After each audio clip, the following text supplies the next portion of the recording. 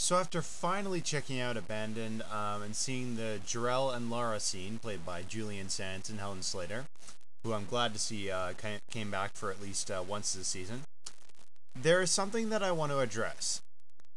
Because if there's one thing that I think I and a lot of fans aren't liking right now, it's Jor-El's attitude and how he's been treating Clark. Because it doesn't make much sense. Well, I guess compared to how he's acted in some of the seasons, it makes a little bit of sense.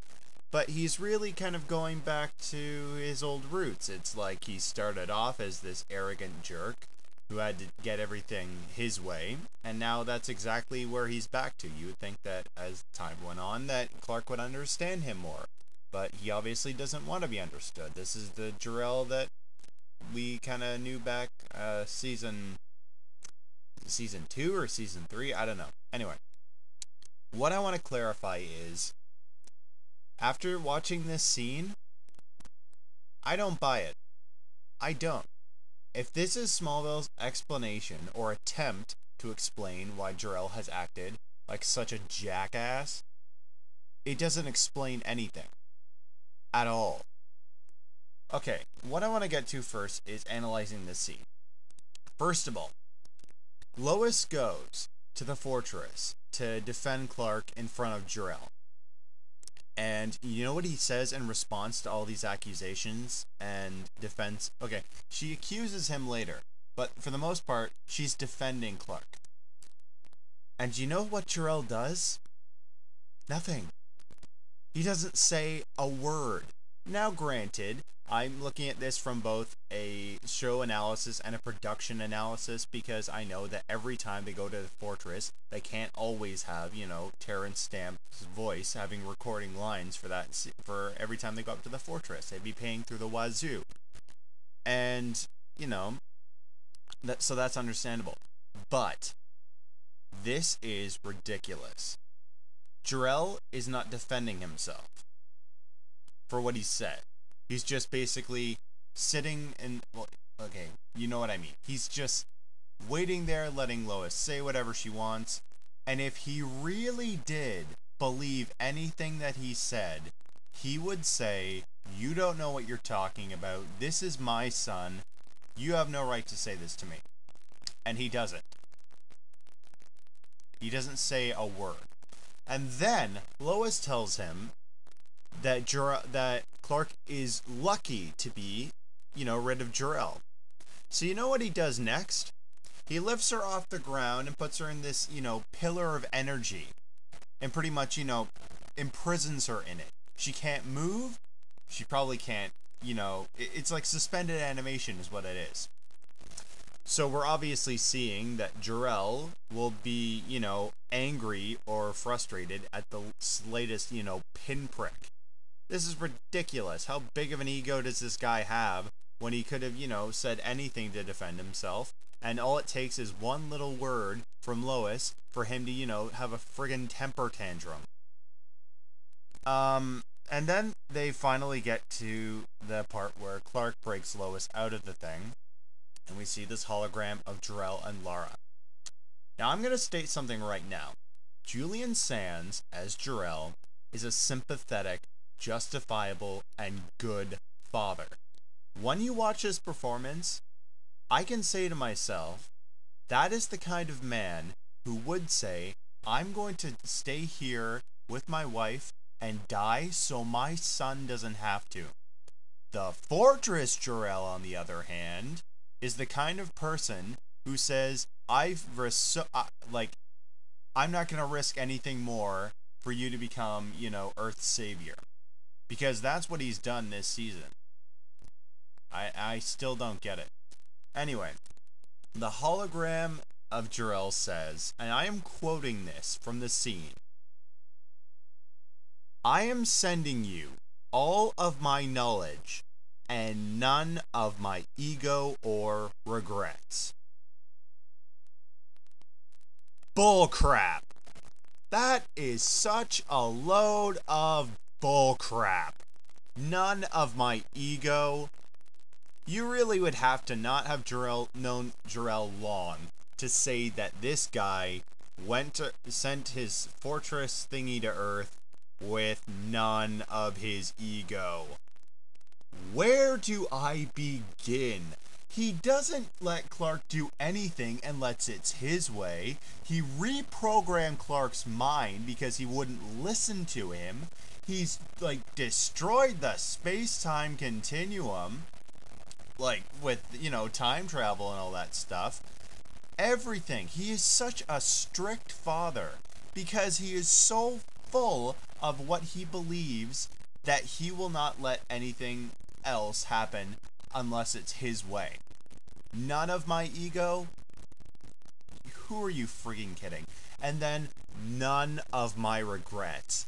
That's the kicker. Jor-El doesn't regret anything. Or no, he's sending Clark there and he says, I'm sending you none of my regrets. Is basically the message here. Oh yeah, Jor-El doesn't regret anything about Clark. Oh yeah, except the fact that, he regrets training him. He regrets having him as a son. He regrets everything. He disowned him. Yeah, he regrets everything. He doesn't regret anything except, everything about Clark now, all of a sudden. This is like this pompous fortress thing that's like, the aspect of Jor-El's personality, which which barely relates at all to Julian Sand's performance. It's like watching two different people or two different personalities. It's like trying to compare.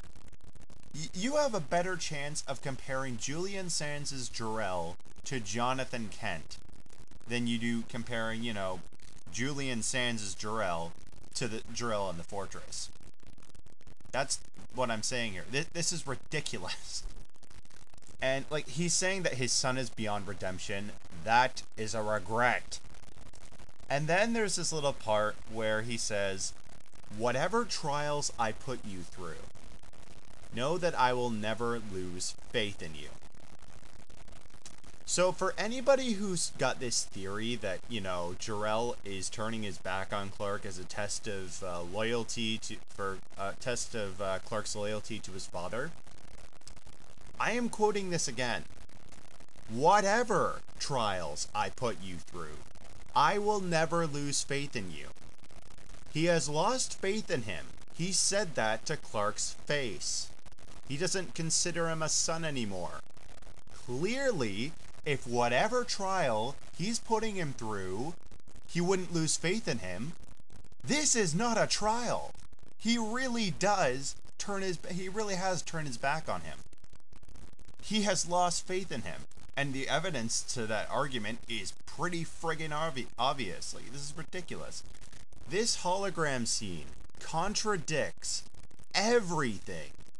Every single thing that Jor-El said in Lazarus to Clark when he came back from the dead and he stopped Lex's clone. And the worst part is that Clark practically forgives him after seeing this, because he says stuff like, "Oh, I'm so sorry that you're on Earth because I destroyed Krypton." Whoa. Oh, what the frig? You want an Oscar now for that act? Because if that's the same Jor-El that, is the one that's so pompous in the Fortress, which I really wish it wasn't, but, it's based on his personality or his mind, then that's got to be a pretty good acting job, because this is not making a lick of sense. It's ridiculous. It doesn't add up at all. He's not, like, just because you say, I regret destroying my planet, does not get, or, like, just because you say that, does not mean that it justifies anything that you've done.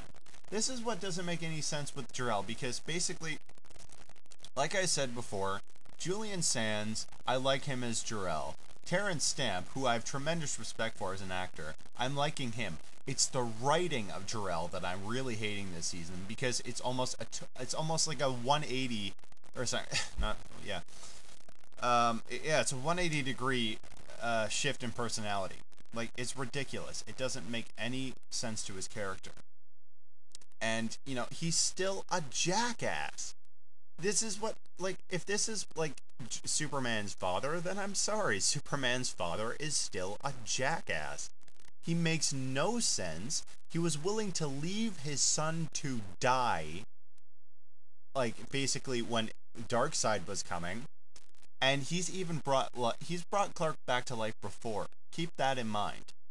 He has done everything in his power to help to help Clark, and now all of a sudden, when he needs him the most because of all this darkness or doubt inside of him, which nobody seemed to pick up on before, he's just turned his back on it. This is when Clark needs him the most, and he has turned his back on him. Jor-El is still a jackass, and this scene doesn't explain or justify anything that he has done this season.